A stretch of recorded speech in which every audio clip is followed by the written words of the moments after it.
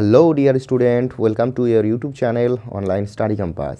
আজকের ভিডিওতে আমরা মাধ্যমিক 2022 এর একটা যে টেস্ট পেপারটা পর্ষদ থেকে দেওয়া হয়েছে তার ভৌত বিজ্ঞানের একটা সেট সম্পূর্ণ সমাধান করব। বিশেষত গ্রুপ এ, গ্রুপ বি এর সমস্ত কোশ্চেনগুলোই সমাধান থাকবে। তার সঙ্গে সঙ্গে গ্রুপ সি এবং গ্রুপ ডিতে যেসব গাণিতিক সমস্যাগুলো আছে সেইগুলো নিয়ে আলোচনা করা হবে। এবং এই কোশ্চেনগুলো যেগুলো আলোচনা করা হবে সেইগুলোর বাইরেও যদি তোমাদের কোনো কোশ্চেনে সমস্যা থেকে থাকে তাহলে অবশ্যই তোমরা এই ভিডিওর কমেন্ট বক্সে সেটা জানাও। আমি অবশ্যই তোমাদের জন্য চেষ্টা করব কোনো সেপারেট ভিডিওতে সেই কোশ্চেনগুলো আলোচনা করে দেওয়ার। তো প্রথমকার কোশ্চেনটা দেওয়া আছে কি দেখো, একের দাগের কোশ্চেনটা। আচ্ছা, তার আগে বলে রাখি এটা হচ্ছে পেজ নাম্বার 232 এবং এই টেস্ট পেপারটা কোন টেস্ট পেপার? এই টেস্ট পেপারটা হচ্ছে তোমাদের পশ্চিমবঙ্গ সরকার কর্তৃক প্রত্যেকটা বই স্কুল থেকে যে বইটা দেওয়া হচ্ছে টেস্ট পেপার, সেই টেস্ট পেপারটা, অর্থাৎ পর্ষদ কর্তৃক যে টেস্ট পেপার দেওয়া হচ্ছে সেটা। তো দেখো 232 পেজের আজকে আমরা সলভ করব ফিজিক্যাল সায়েন্স। ঠিক আছে, দেওয়া আছে কি, প্রদত্ত কোনটি গ্রিন হাউস গ্যাস নয়?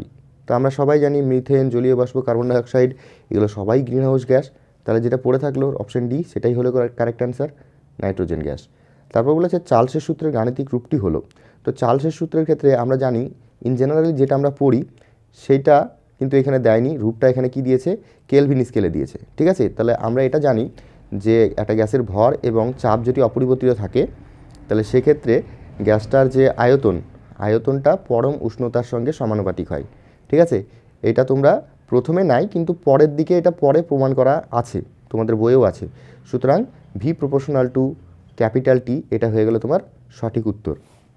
তারপরের কোশ্চেনটা দিয়েছে একের 3, বলেছে এসটিপিতে 8 গ্রাম SO2 এর আয়তন কত? তো এটা হবে এটা। তো এবার এটা তো এইভাবে বলাটা ঠিক নয়, তাহলে অঙ্কটা করে দেখাতে হবে।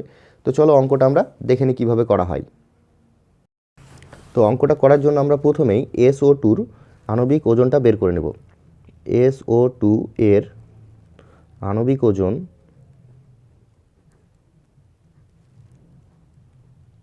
কি হবে?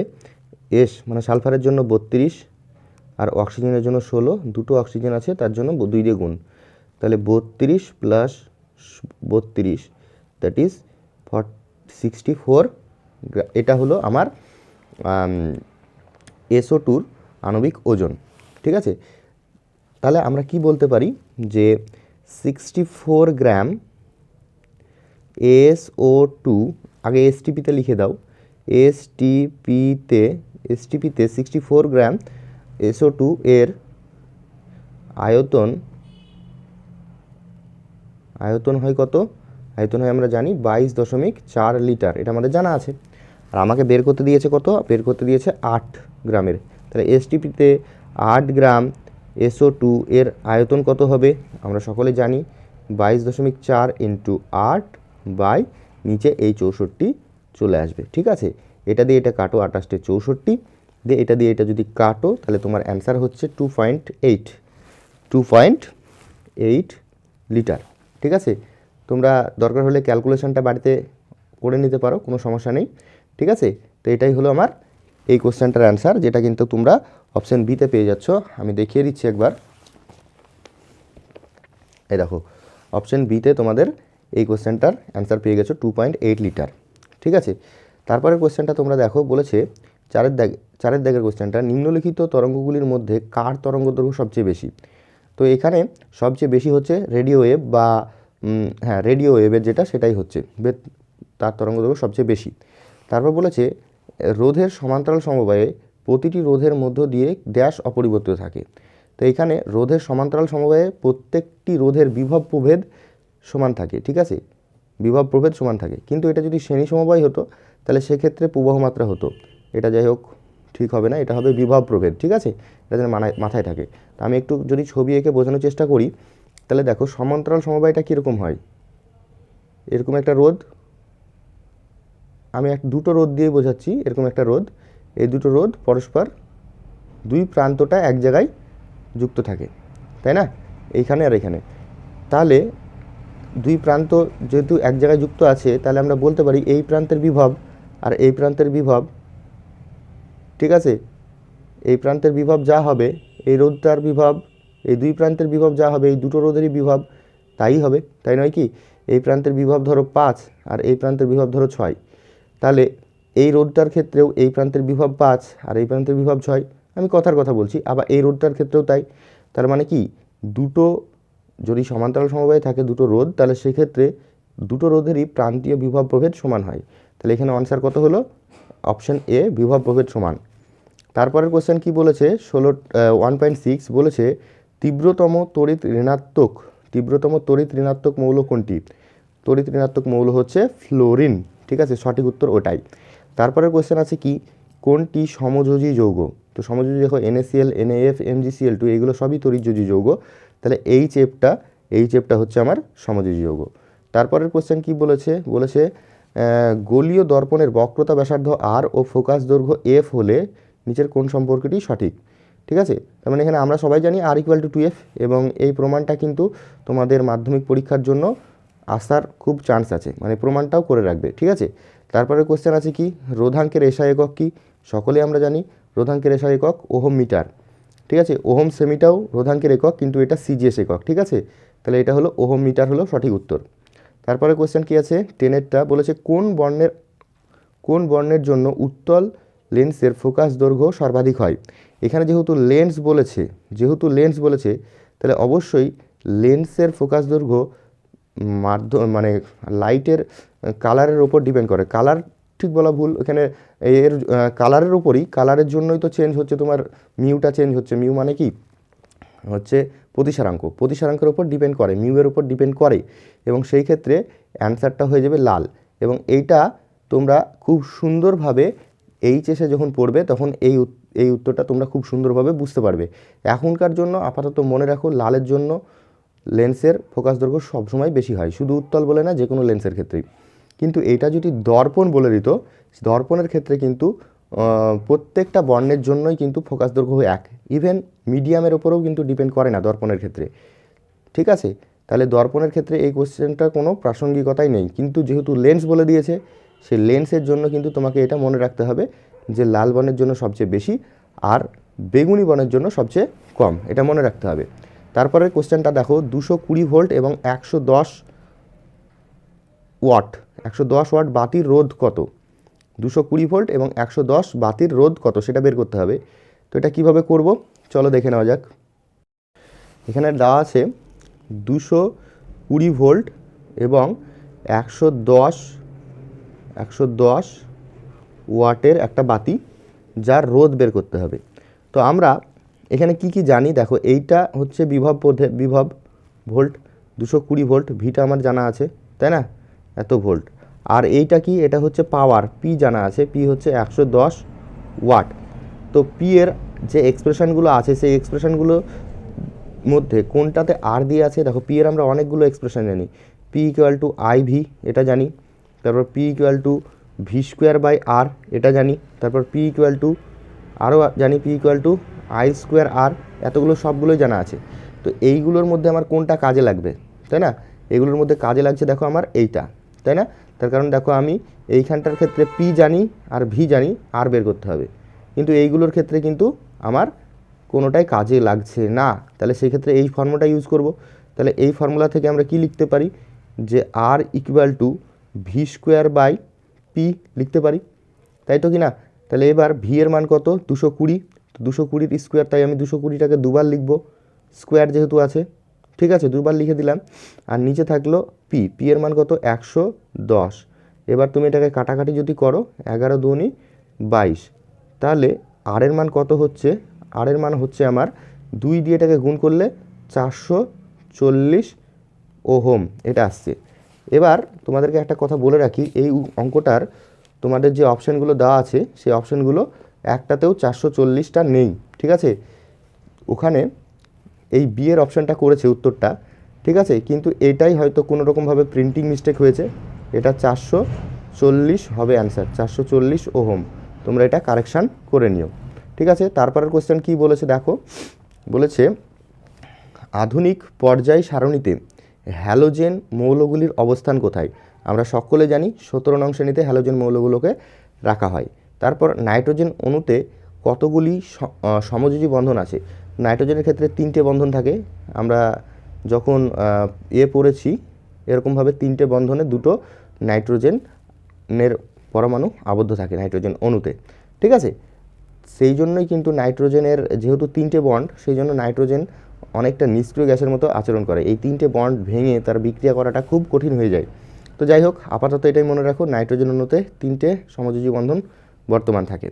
তারপরের কোশ্চেন কি বলেছে দেখো, রূপোর চামচে সোনার প্রলেপ দেওয়ার জন্য অ্যানোডে কি ব্যবহার করা হয়। তো আমরা এটা সবসময় সকলেই জানি যে যার প্রলেপ দেওয়া হয় তাকে সবসময় অ্যানোডে রাখতে হয়। তাহলে এখানে যেহেতু সোনার প্রলেপ দেওয়া হচ্ছে, তাই সোনাটাকেই অ্যানোডে রাখতে হবে। AU মানে হচ্ছে সোনা, গোল্ড, ঠিক আছে। তারপরে কোশ্চেন কি বলেছে দেখো, যে পাত্রে তড়িৎ বিশ্লেষণ করা হয় তা হলো। এই উত্তরটা দেখো দুটো দিয়েছে, একটা ভোল্টামিটার, একটা ভোল্টমিটার, ঠিক আছে। এই দুটোর মধ্যে খুব সুন্দর ভালোভাবে এটা পরীক্ষার সময় করার সময় খুব ভালোভাবে খেয়াল করে করবে, ঠিক আছে। এটা অ্যান্সার হবে ভোল্টামিটার, ঠিক আছে। তো অনেক সময় এটা অনেকে দেখা গেলো ভোল্টমিটার আছে আর এইদিকে ভোল্টামিটার আছে, তোমরা হয়তো ভোল্টমিটারটা করে দিয়ে চলে এলে। তো সেই জন্য বলছি এই কোশ্চেনটার অ্যান্সার করার সময় খুব মনোযোগ সহকারে অ্যান্সারটা করবে। একটা ভোল্টমিটার থাকে যেটার সাহায্যে আমরা বিভব পার্থক্য মাপি, ঠিক আছে। আর যে পাত্রে তড়িৎ বিশ্লেষণ করা হয় সেটাকে ভোল্টামিটার বলা হয়। সুতরাং এইটাই যদি দেখা গেল এই অঙ্কটার এই কোশ্চেনটার ক্ষেত্রে এই উত্তরটা আগে আছে আর এইটা পরে আছে, তোমরা যদি খুব তাড়াতাড়ি মাথায় করতে যাও দেখা গেল ভোল্টমিটার করে দিয়ে চলে এলে, ঠিক আছে। এটা কিন্তু খুব সাবধানে, আমি বলে দিচ্ছি বারবার, এই কোশ্চেনটা খুব সাবধানে করবে এবং বুঝে শুনে করবে। অপশানটা অ্যান্সারটা কী হবে, ভোল্টামিটার, ঠিক আছে, ভোল্টামিটার। তারপরে 2-এর দাগের মানে অর্থাৎ গ্রুপ বি এর যে কোশ্চেনগুলো আছে সেটা কি আছে দেখো। প্রথমকার কোশ্চেনটা আছে, ফায়ার আইস কোন গ্যাসকে বলা হয়। তো ফায়ার আইস বলা হয় মিথেন হাইড্রেটকে, ঠিক আছে। কাকে, মিথেন হাইড্রেট। আমি বলে দিচ্ছি, তোমরা দরকার হলে লিখে নিতে পারো, মিথেন হাইড্রেট। তারপরে বলেছে কোন অবস্থায় বাস্তব গ্যাস আদর্শ গ্যাসের ন্যায় আচরণ করে। তো এই কোশ্চেনটা মোস্ট ইম্পর্ট্যান্ট কোশ্চেন, ঠিক আছে, খুবই ইম্পর্ট্যান্ট একটা কোশ্চেন তোমাদের জন্য, পরীক্ষায় বারবার আসতে দেখা যায়। তো এটা কি হবে, এটা হবে এক্ষেত্রে তোমরা মনে রাখবে অ্যান্সারটা হবে নিম্নচাপ ও উচ্চ উষ্ণতা,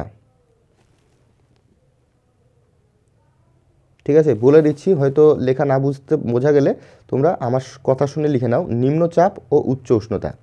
এবং এইটা মনে রাখার জন্য আমি একটা ট্রিক বলে দিচ্ছি, সেটা হচ্ছে দেখো, এইখানে চাপের ক্ষেত্রে নিম্নচাপ যদি হয় আর উচ্চ উষ্ণতা যদি হয়, দুটো ক্ষেত্রেই গ্যাসের যে আয়তনটা, গ্যাসের আয়তন বৃদ্ধি পায়।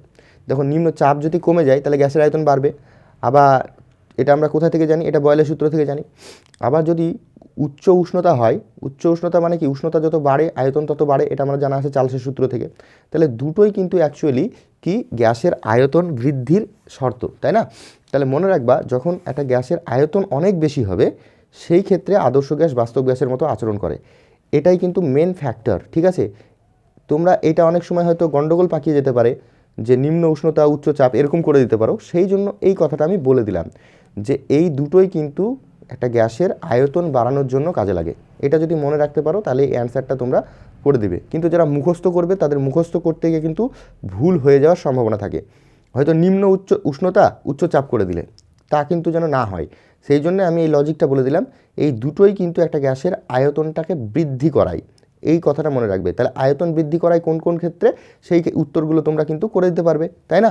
আচ্ছা, তারপরে বলেছে তেজস্ক্রিয় হ্যালোজেন মৌল কোনটি। আমরা সবাই জানি হ্যালোজেন মৌলগুলো কি কি আছে, ফ্লোরিন, ক্লোরিন, ব্রোমিন, আয়োডিন আর অ্যাস্টাটাইন।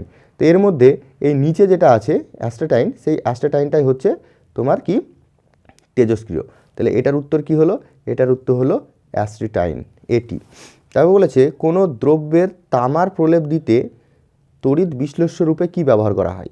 বেসিক্যালি এটা যেটা ব্যবহার করা হয় কপার CuSO4, কপার সালফেট, এটাই ব্যবহার করা হয়, ঠিক আছে। তারপর বলেছে সাদা আলোর কোন বর্ণের জন্য প্রতিসারাঙ্ক সবচেয়ে বেশি। এক্ষেত্রে সঠিক উত্তর হয়ে যাবে বেগুনি। লাল বর্ণের জন্য প্রতিসারাঙ্ক সবসময় কম হয়, সবচেয়ে কম হয়।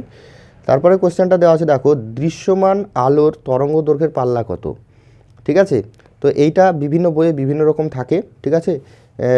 ইন জেনারেলি 4000 থেকে 8000 ধরা হয়, আবার কোনো কোনো বইয়ে সেটাকে 3800 থেকে 7800 এটাও কিন্তু ধরে, ঠিক আছে, 3800 থেকে 7800 অ্যামস্ট্রং এককে, ঠিক আছে, এটা যেন মাথায় থাকে। আবার কোনো কোনো বই এটাকে 4000 থেকে 8000ও কিন্তু লেখা থাকে। সুতরাং এটা যদি তুমি 4000 থেকে 8000ও লেখো তাতেও কিছু যায় আসে না, এটা মাথায় থাকে যেন। এবার পরের পেজে চলে আসা যাক। পরের পেজে কি আছে? পরের পেজের প্রথমকার কোশ্চেনটা বলেছে, দেখো যে সমান্তরাল সমবায়ে তুল্য রোধের মান সমবায়টির ছোট রোধ অপেক্ষা কম হয়, এই উক্তিটি সঠিক না ভুল? তো আমি একটা উদাহরণের সাপেক্ষে যদি বলি তাহলে খুব বুঝে নিবে। ধরো আমি 2 ওহম আর 3 ওহম দুটো রোধ নিলাম, এদের সমান্তরাল সমবায়ের তুল্য রোধ কত হবে? আর ইকুয়াল টু হয় উপরে গুণফল নিচে যোগফল, এইভাবে করো। তাহলে উপরে হচ্ছে 3 দুগুণে 6 আর নিচে 5। তাহলে এটা দেখো, এটা যদি ক্যালকুলেট করো তুমি 1 সামথিং আসবে, তাই না? 1.2 এরকম আসবে। তো এটা দেখো, এখানে যে সমবায়টা নিয়েছিলে তার ক্ষুদ্রতম রোধ হচ্ছে 2, ঠিক তো? সেই ক্ষুদ্রতম রোধের থেকেও এই তুল্য রোধটা ছোট হলো, তাই না? এটা উদাহরণ দিয়েই বোঝালাম আমি এটা। তাহলে কি হবে? উক্তিটা দেওয়া আছে, দেখো সমান্তরাল সমবায়ের ক্ষেত্রে তুল্য রোধের মান সমবায়টির ছোট রোধটির মান অপেক্ষা কম হয়। তাহলে এটা আমি উদাহরণের সাপেক্ষে বলে দিলাম যে উক্তিটা সত্য।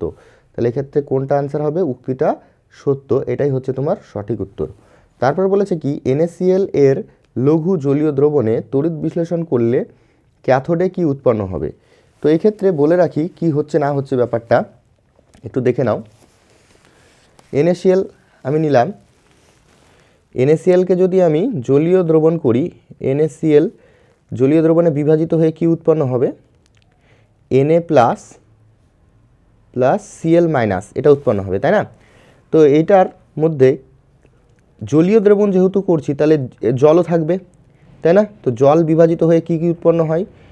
Na প্লাস, জলের ক্ষেত্রে H প্লাস এবং OH মাইনাস, এটা উৎপন্ন হবে।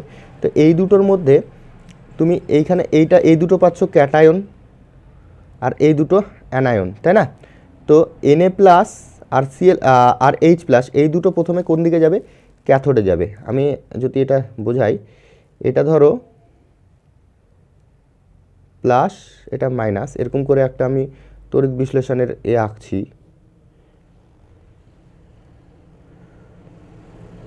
তাহলে আমার কোনটা বলেছে? আমার বলেছে ক্যাথোডে কি উৎপন্ন হবে। তো ক্যাথোড হচ্ছে এটা, ঠিক আছে, ক্যাথোড হচ্ছে এটা। তো এই ক্যাথোডে কারা যাবে? ক্যাটায়নগুলো যাবে, মানে Na প্লাসও এদিকে চেষ্টা করবে আসার, Na প্লাসকেও আকৃষ্ট করবে, আবার H প্লাসকেও আকৃষ্ট করবে, ঠিক আছে। এরা দুজন গিয়ে এদের দুজনের মধ্যে এই হাইড্রোজেনের প্রবণতা খুব বেশি ইলেকট্রন গ্রহণ করার, ঠিক আছে। তাই Na প্লাস এবং H প্লাসের মধ্যে এই হাইড্রোজেনটা গিয়ে এইখানে মুক্ত হবে এবং এই দিক দিয়ে গ্যাস আকারে নির্গত হবে। তাহলে এই ক্ষেত্রে সঠিক উত্তর হয়ে গেল হাইড্রোজেন, ঠিক আছে। H2, এবার তুমি বলতে পারো H2 কী করে হলো? শুধুমাত্র তো একটা হাইড্রোজেন নাই, আরও অনেক হাইড্রোজেন আছে, তাই না? তারা হাইড্রোজেনগুলো একের পর এক যখন এখানে ইলেকট্রন গ্রহণ করে নেবে, দিয়ে প্রথমত H উৎপন্ন হবে, ঠিক আছে। তারপর আর একটা হাইড্রোজেন গিয়ে আর একটা H উৎপন্ন হলো, দিয়ে এই দুটো H যুক্ত হয়ে তারপরে H2 গ্যাস হিসাবে নির্গত হয়ে যাবে এই সাইড দিয়ে, ঠিক আছে। এটা যেন মাথায় থাকে। হয়ে গেল। এরপরে এবার কোশ্চেনটা কি আছে দেখে নেওয়া যাক। তারপরে বলেছে, দেখো দৈনন্দিন জীবনে ব্যবহৃত হয় এমন একটি আয়নীয় যৌগ ও তার সংকেত লেখো। আয়নীয় যৌগ দৈনন্দিন জীবনে ব্যবহৃত হয় NaCl বা সাধারণ লবণ, যেটা আমরা বলি সাধারণ লবণ, তার সংকেত হচ্ছে NaCl, ঠিক আছে। এই হলো অ্যান্সার এটার। তারপরে কোশ্চেন কি, তড়িৎ বিশ্লেষণের সময় কোন তড়িৎ দ্বারা বিজারণ ঘটে? এটা খুব ভালো কোশ্চেন। এবার যেহেতু ছবিটা আমি আঁকলাম তো আবার দেখিয়ে দিই। এইখানে দেখো বিজারণ ঘটনাটা কি? বিজারণ মানে হচ্ছে ইলেকট্রন গ্রহণ করার ঘটনা, তাই না? ইলেকট্রন গ্রহণ করাকে বিজারণ বলে আর ইলেকট্রন ত্যাগ করাকে জারণ বলে, এটা আমরা সবাই জানি। তাহলে এবার এইখানে দেখো যে এটা ক্যাথোড আর এটা অ্যানোড, তাই তো? এটা ক্যাথোড, এটা অ্যানোড। এই ক্যাথোডে গিয়ে হাইড্রোজেন কি করছে? এখান থেকে একটা ইলেকট্রন গ্রহণ করছে, তাই না? Na প্লাস আছে, অলরেডি H প্লাস আছে, এ একটা ইলেকট্রন দিলে তবে তো H হবে। তো এই বিক্রিয়াটা যখন ইলেকট্রন গ্রহণ করা হয় তখন সেই বিক্রিয়াটা হয় বিজারণ, ঠিক আছে। তাহলে এই বিজারণ বিক্রিয়াটা কোথায় ঘটছে? না তো ক্যাথোডে ঘটছে, এটা হচ্ছে ক্যাথোড আমার, ঠিক আছে। তাহলে এটা কোথায় হবে, অ্যান্সারটা হবে ক্যাথোড। পরবর্তী কোশ্চেন দেখো, অথবা দেওয়া আছে, এটা বলেছে তড়িৎ বিশ্লেষণের সময় কোন শক্তি কোন শক্তিতে রূপান্তরিত হয়। তো এখানে মনে রাখবা, যেহেতু ব্যাটারির মাধ্যমে আমি তড়িৎ পাঠাচ্ছি, তাহলে তড়িৎ শক্তিটা ব্যবহার করা হচ্ছে এবং রাসায়নিক শক্তি আমরা পাচ্ছি। তাহলে কি করছি, তড়িৎ শক্তি ব্যাটারির মাধ্যমে ব্যবহার করছি এবং রাসায়নিক শক্তি আমরা পাচ্ছি। সুতরাং আমরা বলতে পারি এক্ষেত্রে তড়িৎ বিশ্লেষণের সময় তড়িৎ শক্তিটা রাসায়নিক শক্তিতে রূপান্তরিত হয়। আমি লেখার হয়তো জায়গা পাচ্ছি না, তোমরা লিখে নিও। তারপরের কোশ্চেন কি আছে, তারপরে কোশ্চেন আছে অ্যানোড মাডে উপস্থিত দুটো ধাতুর নাম লেখো। এখানে বলে রাখি, অ্যানোড মাডে কিন্তু শুধু ধাতু নয়, এখানে মূল্যবান ধাতু থাকে, ঠিক আছে। মূল্যবান ধাতুগুলো থাকে, যেমন সোনা, প্ল্যাটিনাম, এই ধরনের ধাতু কিন্তু অ্যানোড মাডে উপস্থিত থাকে। তাহলে এক্ষেত্রে অ্যান্সারগুলো কি লিখতে পারো, এক্ষেত্রে তুমি অ্যান্সারগুলো এখানে লিখে দিচ্ছি। সোনা লিখতে পারো AU, সিলভার লিখতে পারো, তারপরে প্ল্যাটিনাম লিখতে পারো। আমি তিনটেই লিখে দিলাম, ঠিক আছে। তাহলে দুটো ধাতু হচ্ছে সোনা, প্ল্যাটিনাম আবার সিলভার, এই তিনটেই লিখতে পারো। আমি তিনটেই লিখে দিলাম, যেহেতু দুটো বলেছে তোমরা যে কোনো দুটো লিখবে। তারপরে কোশ্চেন কি আছে, এসআই পদ্ধতিতে সার্বজনীন গ্যাস ধ্রুবক ক্যাপিটাল R এর মান কত। এর মান হচ্ছে 8.314 joule mole inverse kelvin inverse. তো এখানে তোমাকে বলে রাখি, তোমাদের বইয়ে অ্যান্সারটা ভুল করেছে। তোমাদের বইয়ে দেওয়া আছে 0.82 এই মানটা দেওয়া আছে। এটা কিন্তু এসআই পদ্ধতি নয়, এটা হচ্ছে লিটার অ্যাটমসফিয়ার একক, ঠিক আছে, মনে থাকে যেন। তোমরা হয়তো এসআই পদ্ধতি, এটাই এসআই পদ্ধতি। জুলটা কি, জুলটা হচ্ছে এসআই পদ্ধতিতে কার্যের একক, মোল ইনভার্স কেলভিন ইনভার্স। কিন্তু এখানে কি থাকে, এখানে দেখবে এককটা লেখা আছে লিটার ATM, মানে atmosphere mole inverse kelvin inverse, এটা লেখা আছে। তাহলে এটা কিন্তু এসআই পদ্ধতি, এটাও এসআই পদ্ধতি, সবগুলোই ঠিকই আছে, কিন্তু তবুও এইটার একটা স্পেশাল নাম দেওয়া হয়েছে এই ক্ষেত্রে, সেটা হচ্ছে লিটার অ্যাটমসফিয়ার একক, ঠিক আছে। সেই জন্য এই মানটা তোমরা ব্যবহার করবে না। যদি এসআই পদ্ধতি উল্লেখ করে দেয়, তাহলে তোমরা এই মানটাই ব্যবহার করবে, 8.314 joule mole inverse kelvin inverse, ঠিক আছে। আচ্ছা, তারপরে বলেছে কোন গোলীয়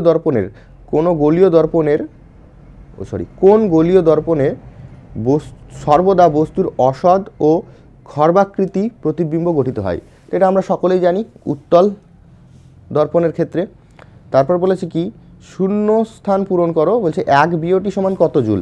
এটা আমরা সকলে জানি, সেটা হচ্ছে 3.6 × 10⁶ জুল হয়, ঠিক আছে। 3.6 × 10⁶ জুল। আবার কোনো কোনো ক্ষেত্রে এটাকে 36 × 10⁵ লেখা থাকে। এই দুটো জিনিস কিন্তু একই, ঠিক আছে, মনে থাকে যেন। 3.6 × 10⁶ জুল যা 36 × 10⁵ জুল একই, শুধু দশমিকটা এক ঘর এদিক ওদিক করা হয়েছে। তারপরে আমরা বাম স্তম্ভ ডান স্তম্ভ মেলানো করছি। দেখো বলেছে কি, ক্ষারীয় মৃত্তিকা ধাতু। তো কোনটা ক্ষারীয় মৃত্তিকা ধাতু, স্ট্রনসিয়াম। আমরা সকলে জানি স্ট্রনসিয়ামটা 2 নম্বর ঘরে পড়ে, ঠিক আছে। এটা প্রথম কার্ডটা হচ্ছে ক্ষার ধাতু, তারপরেরটা কি হয়, ক্ষারীয় মৃত্তিকা। এই ক্ষারীয় মৃত্তিকার শেষের দিকে থাকে কি, স্ট্রনসিয়ামটা থাকে, ঠিক আছে। আমি ক্ষারীয় মৃত্তিকা ধাতুগুলো সব লিখে দিচ্ছি, beryllium, magnesium, calcium, strontium, barium আর রেডিয়াম, এইগুলো হচ্ছে তোমার সব ক্ষারীয় মৃত্তিকা ধাতু। তাহলে এগুলোর মধ্যে তোমরা দেখতে পাচ্ছ স্ট্রনসিয়ামটা পড়ছে, তাই না। তাহলে স্ট্রনসিয়াম যেহেতু পড়ছে, তাই ক্ষারীয় মৃত্তিকা ধাতু হবে স্ট্রনসিয়াম। তারপর বলেছে সন্ধিগত মৌল। সন্ধিগত মৌল কোনগুলো, আমরা জানি যে প্রথম শ্রেণীর সন্ধিগত মৌল হচ্ছে 21 থেকে 30 পর্যন্ত যেগুলো আছে সেগুলো হচ্ছে প্রথম শ্রেণীর সন্ধিগত মৌল। আর এই সাইডে যেগুলো থাকে সেগুলো তো আলাদা। তাহলে এখানে স্ক্যান্ডিয়াম থেকে শুরু করে জিঙ্ক পর্যন্ত যেগুলো আছে সেগুলো হচ্ছে প্রথম শ্রেণীর সন্ধিগত মৌল। এবং এইগুলোর মধ্যে এই কোবাল্টটা পড়বে, ঠিক আছে। কোবাল্টটা হচ্ছে এদের মাঝে কোথাও একটা পড়বে, ঠিক আছে। তো সেই জন্যই কোবাল্টটা হবে সন্ধিগত মৌল। তারপরে কোশ্চেন কি বলেছে, তারপরে বলেছে দেখো দীর্ঘদৃষ্টি ত্রুটি দূর করা হয় কোনটা থেকে। আমরা সকলে জানি যে সেক্ষেত্রে আমরা একটা লেন্স ব্যবহার করা হয়, সেটা হচ্ছে কি উত্তল লেন্স। উত্তল লেন্সের মাধ্যমে দীর্ঘদৃষ্টি দূর করা হয়। তারপর বলেছে গাড়ির ভিউ ফাইন্ডার কি, গাড়ির ভিউ ফাইন্ডারের ক্ষেত্রে সবাই জানি আমরা উত্তল দর্পণ, ঠিক আছে। ভিউ ফাইন্ডার যেটা আমরা অন্য ভাষায় যদি বলি যেটা লুকিং গ্লাস বলি, সেই লুকিং গ্লাসে কি উত্তল দর্পণ, ঠিক আছে। তারপরে কোশ্চেন আছে বায়ুমণ্ডলের শীতলতম স্তর কোনটি। তো বায়ুমণ্ডলের শীতলতম স্তর তোমরা সকলে জানো, মেসোস্ফিয়ার, তাই না। তারপর বলেছে বায়ুমণ্ডলের কোন স্তর থেকে বেতার তরঙ্গ প্রতিফলিত হয়, এটা কি হবে, এটা হবে থার্মোস্ফিয়ার বা আয়নোস্ফিয়ার। তারপর বলেছে কি যে রোধ ও রোধাঙ্কের মধ্যে কোনটি অধিকতর মৌলিক। এই কোশ্চেনটা খুব ভালো কোশ্চেন লাগলো আমার।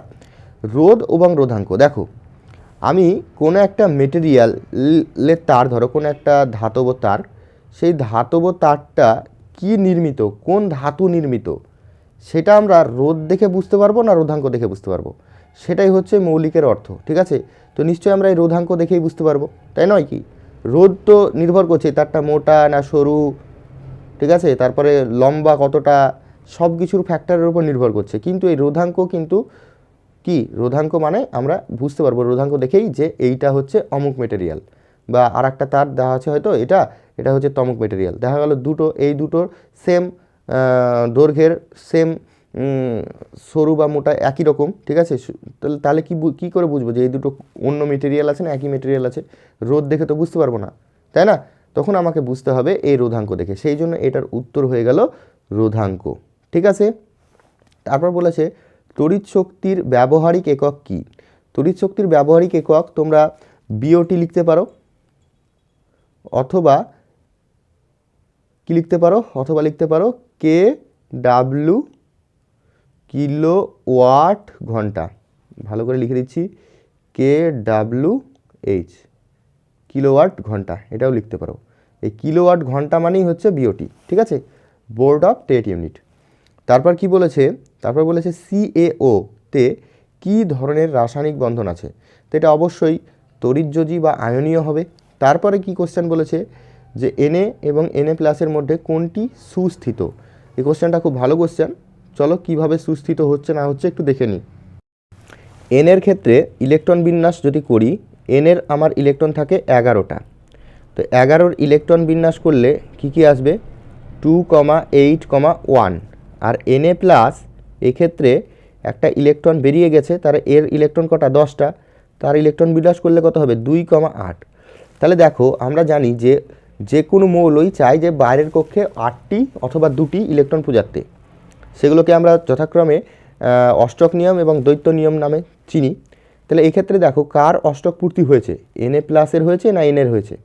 নিশ্চয়ই Na প্লাসের ক্ষেত্রে বাইরের কক্ষে 8টা ইলেকট্রন আছে, সেই জন্য এর অষ্টক পূর্তি হয়ে গেছে, তাই না। সেই জন্য এই দুটোর মধ্যে Na প্লাসটা অধিক স্থায়ী। তাই বলে বলছি না এ একদমই স্থায়ী, এ একদমই স্থায়ী তা বলছি না। যদি স্থায়ী হতো তাহলে Na প্লাসের আবার Cl মাইনাসের সঙ্গে যুক্ত হওয়ার কি দরকার ছিল। পুরোপুরি স্থায়ী তা নয়, কিন্তু এর রেসপেক্টে এ বেশি স্থায়ী, ঠিক আছে, এটা মাথায় রাখে যেন, এর রেসপেক্টে এ বেশি স্থায়ী। যদি সম্পূর্ণ স্থায়ী হয়ে যেত তাহলে তো Na প্লাসই ভালো ছিল, কেন NaCl এর সঙ্গে যুক্ত হয়ে NaCl তৈরি হলো, তাই না। একবারে পুরোপুরি স্থায়ী তা নয়, কিন্তু এর রেসপেক্টে এ অধিক স্থায়ী, এটা বলতে পারি, ঠিক আছে, এটা মাথায় রাখবে। তাহলে এক্ষেত্রে অ্যান্সার কী হলো, এক্ষেত্রে আমার অ্যান্সার হলো Na প্লাস অধিক স্থায়ী, ঠিক আছে, Na প্লাস। তারপরের কোশ্চেন কি আছে দেখো, বলেছে ক্লোরিনের অণুতে সমযোজী বন্ধনের সংখ্যা কয়টি। এক্ষেত্রে উত্তর হয়ে যাবে 1টি, 1টি। যদি বলো দেখিয়ে দিতে তাহলে আমি একটু দেখিয়ে দিচ্ছি ইলেকট্রন ডট গঠনের মাধ্যমে কিভাবে কি করবে। ক্লোরিনের প্রথমে ক্লোরিনের অণু যেটা Cl2, ঠিক আছে, Cl2-র ইলেকট্রন ডট গঠন করে দাও।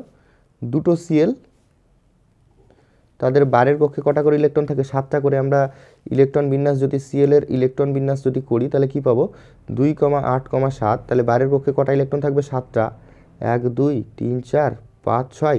আর যখন তারা 7টা ইলেকট্রন আছে, আর একটা আমি কোথায় দিলাম, এই বন্ডে দিয়েছে তাই ভেবে নিলাম, ঠিক আছে। সিমিলারলি এও তাই করবে, এর করতে 6টা ইলেকট্রন রেখে দিবে আর একটা এই বন্ডে দিয়ে দিবে, তাই না। দিয়ে এই ক্ষেত্রে এই পরমাণুটাও ইলেকট্রন পূর্তি করে নিল, অষ্টক পূর্তি, এও এই অষ্টক পূর্তি করে নিল, এবং এই জোড়া ইলেকট্রন দিয়ে একটা বন্ড তার মধ্যে তৈরি হবে, Cl বন্ড Cl, এরকম, ঠিক আছে। আর এইগুলো লোন পেয়ার হিসাবে এখানে থেকে যাবে। ঠিক আছে, তো এখানে কটা বন্ড হলো? বন্ডের সংখ্যা হচ্ছে একটি। ঠিক আছে, এবার পরবর্তী কোশ্চেনগুলোই আসা যাক। এবার গ্রুপ সি এর কোশ্চেনগুলো আমি বলেছিলাম যেগুলো শুধুমাত্র গাণিতিক সমস্যা সেগুলোই করব। তো এখানে আমি দেখতে পাচ্ছি গাণিতিক সমস্যা হচ্ছে 3-এর অথবা দিয়ে যে কোশ্চেনটা আছে সেইটা। তো এটা আগে করি, তারপরে যদি আরও কোনো কোশ্চেন থাকে তাহলে সেগুলো করব।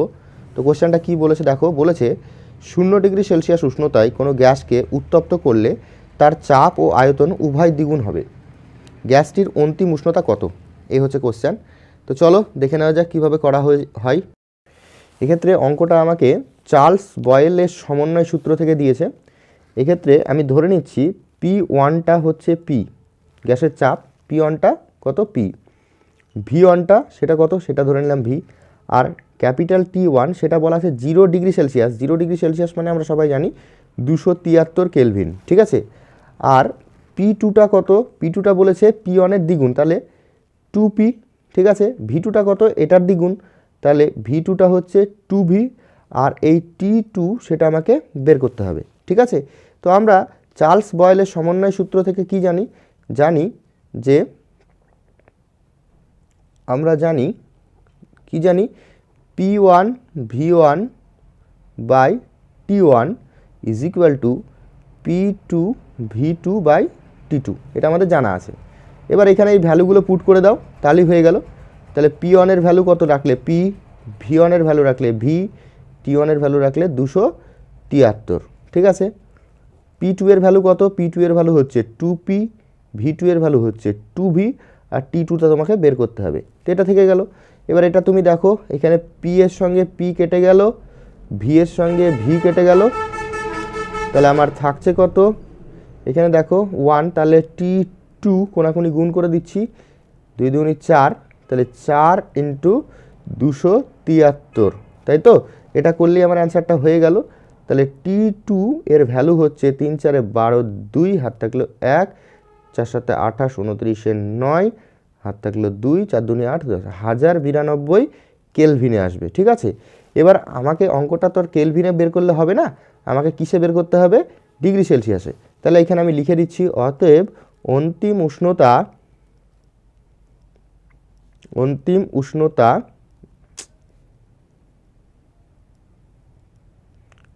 উষ্ণতা সমান কি হবে? এটা থেকে আমার যে 1092 যে অ্যান্সারটা আসলো সেখান থেকে 273 বিয়োগ করে দিলে যে অ্যান্সারটা আসলো সেটা কিসে আসবে? ডিগ্রি সেলসিয়াসে। আর এটা কিসে আসলো? এটা অবশ্যই কেলভিনে আসলো, তাই না? এবার বিয়োগ করলে যেটা হবে 819 ডিগ্রি সেলসিয়াস। ঠিক আছে, এটাই হয়ে গেল তোমার এইটার উত্তর। এবার পরবর্তী দাগের কোশ্চেনে কোথায় অঙ্ক আছে একটু দেখে নিই। তারপর দেখো, এই যে এই কোশ্চেনটা আমরা করলাম, এরপরে কিন্তু আর আমি অঙ্ক দেখতে পাচ্ছি না। গ্রুপ ডি এ চলে আসি। গ্রুপ ডি এর ক্ষেত্রে একটা অঙ্ক দেখতে পাচ্ছি, সেটা হচ্ছে এটা 4-2, 4 গ্রাম সোডিয়াম হাইড্রোক্সাইডকে প্রশমিত করতে কত গ্রাম সালফিউরিক অ্যাসিডের প্রয়োজন হবে? এখানে তোমাকে হাইড্রোজেন, অক্সিজেন এবং সোডিয়াম ও সালফার এদের পারমাণবিক ওজনগুলো বলে দিয়েছে। তো এটা কীভাবে কি করতে হবে আগে দেখে নিই। আমাদেরকে একটা বিক্রিয়া লিখতে হবে, সেই বিক্রিয়াটা লেখার পর অঙ্কটা করতে হবে। তো চলো দেখে নেওয়া যাক। তাহলে অঙ্কটা কীভাবে করতে হবে, আমাকে প্রথমে বিক্রিয়া সমীকরণটা লিখতে হবে। বিক্রিয়া সমীকরণ আমি লিখছি, দেখো NaOH, এটা হচ্ছে সোডিয়াম হাইড্রোক্সাইড, তার সঙ্গে আমি বিক্রিয়া করছি H2SO4। ঠিক আছে, এটা বিক্রিয়া করে দেখতে পাচ্ছ আমার এখানে সোডিয়াম আছে একটা আর হাইড্রোজেন আছে দুটো, তাই না? তাহলে এই দুটো হাইড্রোজেনকে অপসারণ করার জন্য আমার দুটো সোডিয়ামের প্রয়োজন হবে। সেই জন্য NaOHটাকে আমি 2 অণু নিয়ে নেব। ঠিক আছে, 2 NaOH তার সঙ্গে H2SO4, এটা বিক্রিয়া করলো। বিক্রিয়া করার পর এখানে যেটা উৎপন্ন হবে সেটা হচ্ছে Na2SO4 প্লাস, দেখো এখানে H2 বেরিয়েছে আর এখানে 2 অণু আছে, দিয়ে এটা কত হয়ে যাবে? H2O, এটা হয়ে যাবে। ঠিক আছে, এবং এটাও কত অণু হবে? এটা অবশ্যই তোমার 2 অণু হবে, তাই না? তার কারণ তুমি ব্যালেন্স করলেই বুঝতে পারবে। এখানে দেখো দুটো হাইড্রোজেন আছে আর এইখানে অলরেডি দুটো হাইড্রোজেন আছে, এই যে 2 দ্বিগুণ আছে। তো সেই জন্য এটা ব্যালেন্স করার জন্য আমাকে এই ব্যাপারটা করতে হলো, এখানে 2 দ্বিগুণ করতে হলো, এখানে 2 দ্বিগুণ করতে হলো। তো এইবার আমাকে কি বের করতে বলেছে, এইটা দেওয়া আছে 4 গ্রাম আর এইটা কত লাগবে তাই বলেছে। এইটা দেওয়া আছে 4 গ্রাম আর এটা কত লাগবে সেটা আমাকে বের করতে হবে। তো তার আগে আমি এই দুটোর আণবিক ওজন বের করে নিই। আণবিক ওজন যদি এটা বের করি, এখানে দেখো আমি লিখছি আণবিক ওজন। আণবিক ওজন, তো এর আণবিক ওজন কত হবে, দুইটা বাইরে আছে থাকলো, সোডিয়ামের জন্য কত পাই আমরা 23 লিখলাম। তারপর অক্সিজেন, অক্সিজেনের তো আমরা সবাই জানি 16 আর হাইড্রোজেনের কত 1। ঠিক আছে, এইগুলো সব যোগ করার পর এটা যদি ক্যালকুলেট করো তাহলে কত হচ্ছে দেখো 24 আর এটা 40, 1 আর 23 24, 16 যোগ করলে 40, 40 দুগুণে 80, এটা 80 আর এটার কত হয়, এটার 98 হয় আমরা সকলে জানি, তাও বের করে দেখাচ্ছি। 1 × 2 প্লাস সালফারের কত হয় 32 আর অক্সিজেনের হচ্ছে 16, 16কে 4 দিয়ে গুণ করতে হবে 64, এই সরি 64 হবে। তারপর এটা সব গুণ করে তুমি দেখবা 98 আসবে। তাহলে আমরা এখান থেকে বুঝতে পারছি যে 80 গ্রাম NaOH ব্যবহার কে প্রশমিত করতে 98 গ্রাম আমার H2SO4 লাগছে। তো এই কথাগুলো লেখো যে 80 গ্রাম NaOH কে প্রশমিত করতে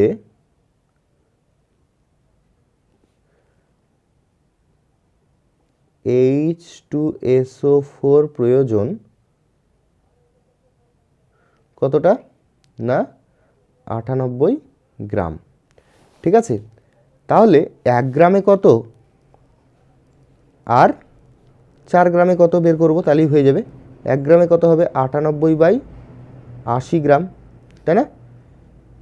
আর 4 গ্রাম যেহেতু আমাকে কোশ্চেনে বলেছে, তাহলে 4 গ্রামের জন্য বের করলেই আমার অ্যান্সার হয়ে গেল। 4 গ্রামে কত হবে 98 × 4/80, তাই তো? এটাকে কাটাকাটি যদি করি এটা 20, তারপরে আবার এটা কাটো 49 আর এখানে 10, তাই না? এইবার আমরা সকলে জানি 10 দিয়ে ভাগ করার খুব সহজ নিয়ম, তাহলে এটা কত হবে 4.9 গ্রাম।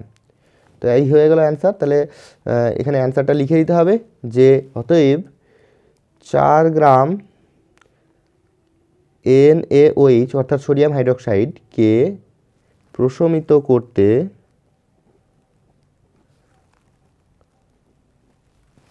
4.9 গ্রাম H2SO4 প্রয়োজন।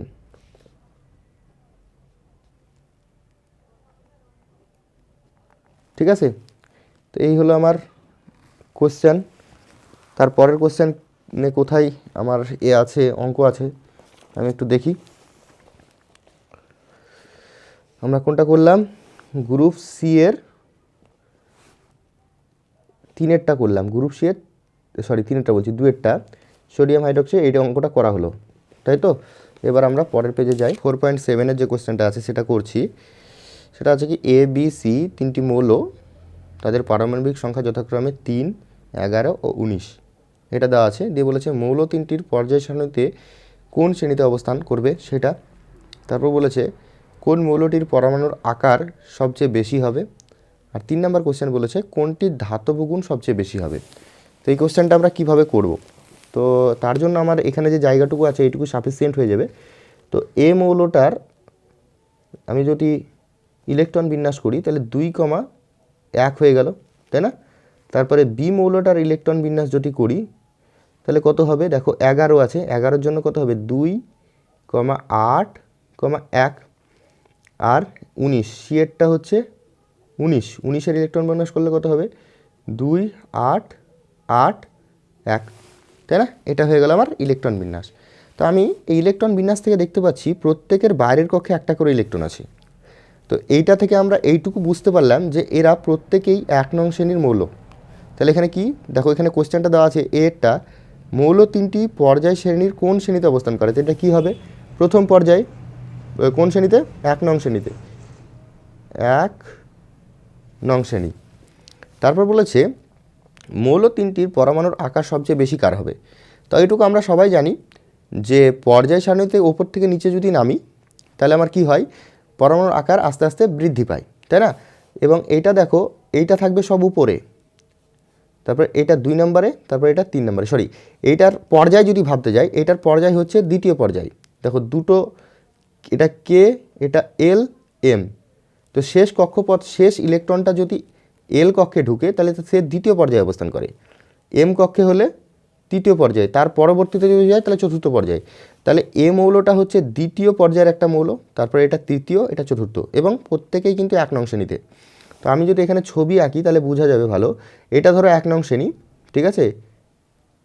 প্রথমে একটা ঘর আছে, সেটা ফাঁকা থাকলো, এখানে দেয়নি। দ্বিতীয় ঘরটার কি আছে, দ্বিতীয় ঘরটাই আছে আমার এ, ঠিক আছে। তৃতীয় ঘরটাই আছে আমার কে, বি, আর চতুর্থ ঘরটাই আছে সি। এরকম ওপরে কিছু একটা মৌল আছে, সেটা আমাকে দেওয়া নাই, এখানে এই কোশ্চেনে দেওয়া নাই। তাহলে ও দেখতে পাচ্ছ, আমরা যদি, এটা হচ্ছে 1 নং শ্রেণী, 1 নং শ্রেণীটা আমি লিখেছি। এই 1 নং শ্রেণীতে এটা হচ্ছে সব ওপরে, যেগুলো দেওয়া আছে তার মধ্যে এটা সব ওপরে, বিটা তার নিচে, সিটা তার নিচে। এবার ওপর থেকে নিচে নামলে আমরা কি জানি, পরমাণুর আকার বৃদ্ধি পাই।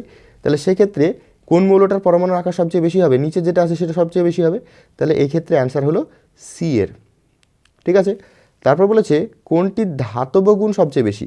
আমরা এটাও জানি যে পর্যায় সারণীতে বাম থেকে যদি ডান দিকে অগ্রসর হওয়া যায়, বাম থেকে ডান দিকে অগ্রসর হলে ধাতব ধর্মটা কমতে থাকে, আর ওপর থেকে নিচের দিকে নামলে ধাতব ধর্ম বৃদ্ধি পেতে থাকে। তাহলে এই ক্ষেত্রে সেই আগের মতনই, এটাও সি উত্তর হলো, ঠিক আছে। এই কোশ্চেনগুলো অনেকে একটু কীভাবে করব বুঝতে পারে না, সেই জন্য আমি করে দিলাম, কিছু করার দরকার নেই। 3টে মৌল যেগুলো দিয়েছে তাদের ইলেকট্রন বিন্যাস করো, সেখান থেকে পর্যায় সারণীতে অবস্থান এবং অবস্থানটা বের করে নাও। অবস্থান বের করে নেওয়ার পর তুমি এইভাবে, বাদ বাকিগুলো তো তোমরা জানোই, সেইভাবে তোমরা করে দিবে, ঠিক আছে। এই হলো 7-এর 4-এর কোশ্চেনটা। এরপরে যে কোশ্চেনটা দেওয়া আছে সেটা কি বলেছে দেখো, এই যে এই কোশ্চেনটা হচ্ছে একটা প্রবলেম, ঠিক আছে। একটি তড়িৎ কোষের তড়িৎচালক বল 10 ভোল্ট এবং আভ্যন্তরীণ রোধ 2 ওহম। কোষটির তড়িৎ কোষটিকে 8 ওহম রোধকের সঙ্গে যুক্ত করা হলো। রোধকটি 60 সেকেন্ডে কত জুল তাপ উৎপন্ন করবে সেটা তোমাকে বের করতে হবে। তো এই কোশ্চেনটা কীভাবে কী করতে হবে দেখে নেওয়া যাক। দেখো এখানে যে গিভেন কোশ্চেনটা যেটা দেওয়া আছে সেটা আমি ছবি আঁকার চেষ্টা করছি। এটা একটা তড়িৎ কোষ, ঠিক আছে, যার আভ্যন্তরীণ রোধ দেওয়া আছে এবং বাইরে একটা রোধকের সঙ্গে এটাকে যুক্ত করা হয়েছে, ঠিক আছে। আমি ছবি এঁকেই অঙ্কটা করছি। এটা ধরো পুরোটা সেলের মধ্যে। তো এর তড়িৎচালক বলটা কত বলেছে, তড়িৎচালক বলটা বলে দিয়েছে আমার 10 ভোল্ট, এটা হচ্ছে 10 ভোল্ট। আর এই আভ্যন্তরীণ রোধটা কত বলেছে, 2 ওহম, ভালো কথা। আর বাইরে যে রোধটা লাগিয়েছে সেটা কত, সেটা হচ্ছে 8 ওহম দিয়ে বলেছে এই রোধম এটার ভিতর দিয়ে যদি 60 সেকেন্ড ধরে যে কারেন্ট যাবে তার ফলে এই রোধে কতটা হিট উৎপন্ন হবে। তো আমি কি করব, আমরা সকলে জানি এই রোধটা আর এই রোধটা কি হয়, শ্রেণী সমবায়ে যুক্ত থাকে, তাই না। তো শ্রেণী সমবায়ে যুক্ত যদি হয় তাহলে সেক্ষেত্রে আমরা লিখতে পারি ই সমান আই আর প্লাস আই আর, এই যে একটা ফর্মুলা আছে সেই ফর্মুলা থেকে আমরা কি লিখতে পারবো, ই এর ভ্যালু হচ্ছে 10 লিখলাম, আইটা কত জানি না, আইটা কমন নিয়ে আর প্লাস আর যদি করি, আর এর মান 8 আর এ আর এর মান 2, ঠিক আছে। তাহলে আই ইকুয়াল টু পেয়ে গেলাম দেখো 10/10, তাই না, কেটে গিয়ে কত হলো 1 অ্যাম্পিয়ার। তাহলে আমি এখান থেকে এই প্রবাহ এই যে বর্তনী, এই বর্তনীতে কতটা তড়িৎ প্রবাহ যাচ্ছে সেটা আমি পেয়ে গেলাম, সেটা কত না 1 অ্যাম্পিয়ার। এবার এখানে 60 সেকেন্ড ধরে যদি তড়িৎ প্রবাহ চলে সেক্ষেত্রে উৎপন্ন তাপ জুলের সূত্র থেকে পেয়ে যাব, ফর্মুলাটা কি আই স্কোয়ার আর টি, তাই না। আই এর মান হচ্ছে 1, তার স্কোয়ার, আর এর মান কত, এই রোধকটার যেহেতু বের করতে বলেছে তার এর হবে, এটা হচ্ছে 8, আর টি এর মান কত 60 সেকেন্ড, এবং এটা কিসে অ্যান্সার আসবে, অবশ্যই জুলে আসবে, ঠিক আছে। তাহলে এটা গুণ করো, 1-এর স্কোয়ার করলে 1 হয়, 6-48, তারপরে একটা শূন্য, এত জুল। এবার এটাই যদি তোমাকে ক্যালোরিতে বের করতে দেয় তাহলে কি করবে, এটাকে 4.2 দিয়ে ভাগ করে দেবে, এটা সকলে জানা আছে আমার। 1 ক্যালোরি সমান 4.2 জুল, হয়তো 1 ক্যালোরি সমান 4.2 জুল, এই ফর্মুলা থেকে তোমরা এটাকে ক্যালোরিতে কনভার্ট করে নিতে পারবে, ঠিক আছে। তো কিন্তু এখানে এই যেটা করলে সেটা করলেই হয়ে যাবে। যদি কোনো অঙ্কে বলে দেয় যে এটা ক্যালোরি এককে বের করতে হবে তখন তুমি এই 4.2 দিয়ে এটাকে ভাগ করে দেবে, যেটা আসবে তাহলে হয়ে যাবে, ঠিক আছে। এবং এই সূত্রটা কিসের সূত্র, এটা হচ্ছে অবশ্যই জুলের সূত্র। কার সূত্র না, জুলের সূত্র, ঠিক আছে। তো এই গেল মোটামুটি অঙ্কটা, এবার আমরা পরে আর একটা অঙ্ক আছে সেটা দেখে নিই। দেখো বলেছে 4-এর 12 কোশ্চেনটা প্রতিসারাঙ্ক কাকে বলে। এটা তো কোনো অঙ্ক না, বুঝতেই পারছো। পরের যে পার্টটা আছে, জলের মধ্যে আলোর গতিবেগ 2.25 × 10⁸ মিটার পার সেকেন্ড, জলের প্রতিসারাঙ্ক কত বের করতে হবে। আর বলেছে বায়ুতে আলোর বেগ হচ্ছে 3 × 10⁸ মিটার পার সেকেন্ড। তো এটা ভালো কোশ্চেন, কীভাবে করতে হবে দেখে নেওয়া যাক। তো এখানে দেখো জলের মধ্যে কি আলোর বেগ বলে দিয়েছে, তাই না? তাহলে ভিটা আমি ধরে নিলাম কত, 2.25 × 10⁸। এটা কি, ভিটা হচ্ছে জলে আলোর বেগ এত মিটার পার সেকেন্ড, ঠিক আছে।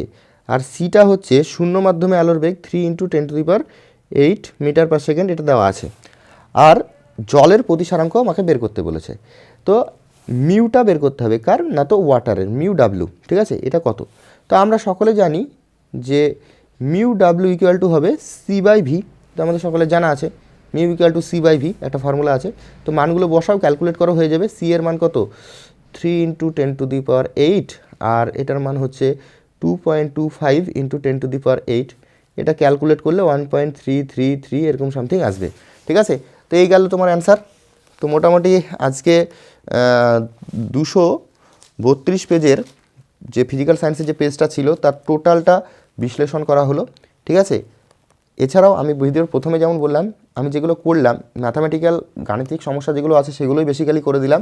আর তার সঙ্গে গ্রুপ এ এবং গ্রুপ বি এর সমস্ত কোশ্চেনগুলো করা হলো। তো বাকি যেগুলো বাকি থাকলো সেগুলোতেও যদি তোমাদের কোনো অঙ্কে বা কোনো প্রশ্নে যদি সমস্যা হয়ে থাকে তাহলে অবশ্যই তোমরা এই ভিডিওর কমেন্টে জানাও। আমি চেষ্টা করব তোমাদের সেই কোশ্চেনগুলো নিয়ে সেপারেট কোনো ভিডিও তৈরি করে দেওয়া। তো আজকে এই পর্যন্তই। সকলে ভালো থেকো, সুস্থ থেকো, ধন্যবাদ।